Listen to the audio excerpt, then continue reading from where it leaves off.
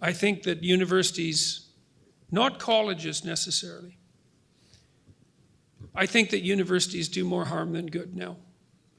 And I'm very loath to say that, because I've been part of the academy for 30 years and taught at great institutions.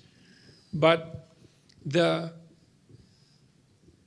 postmodern collectivist doctrine is so psychologically and politically toxic that I think that academia now does more harm than good.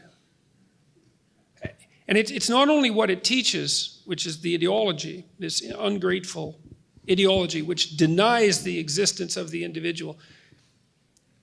One of the things I might tell you, just so you know this, is that that you hear that there are debates about free speech on campus, about who should talk and who shouldn't. And people think that's what the debate is about who should talk and who shouldn't.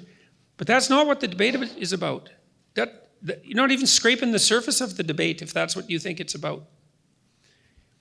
The debate on campus is about whether or not a human being has the capacity to communicate intelligibly as an individual or not. And the answer for the postmodernist collective types is that there is no such thing as an individual.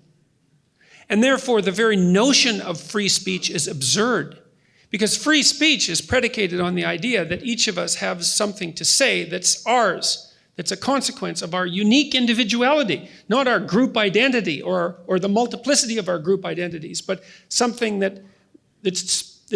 something that we have that speaks from our spirit, that can speak to the spirit of another and produce a negotiated peace.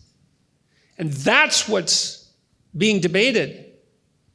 The war that's going on philosophically or theologically in the campuses is far deeper than you think.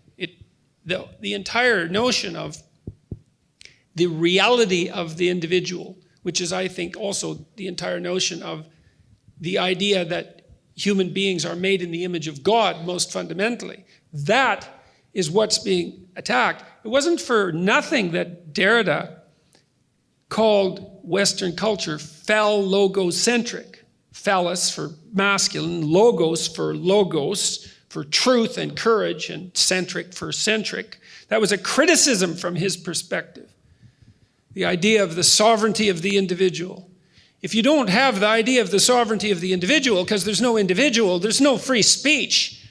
All you are is an avatar of your group interests. And if I'm not in your group, it's not in my interest to let you speak. There's nothing that we have to say to one another. There's nothing but power. It's a Hobbesian nightmare of group against group. And that's the postmodern doctrine. And so to call it appalling is to barely scrape the surface. The argument goes all the way down to first principles. Is the idea of the sovereignty of the individual correct? The Western answer is, it's the great discovery of the West. The Western answer is, that's the most fundamental truth. That is exactly what's under assault at the universities. The reason that the collectivist types hate me is because I've got their number. I know what they're up to.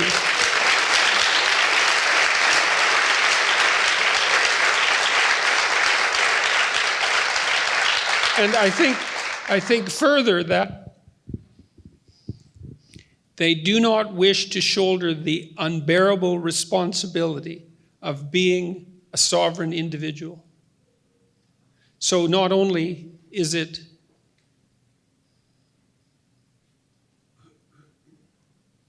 and that accounts for the cowardice, and that accounts for the attempt to weaken the spirit of the people that they're teaching by overprotecting them,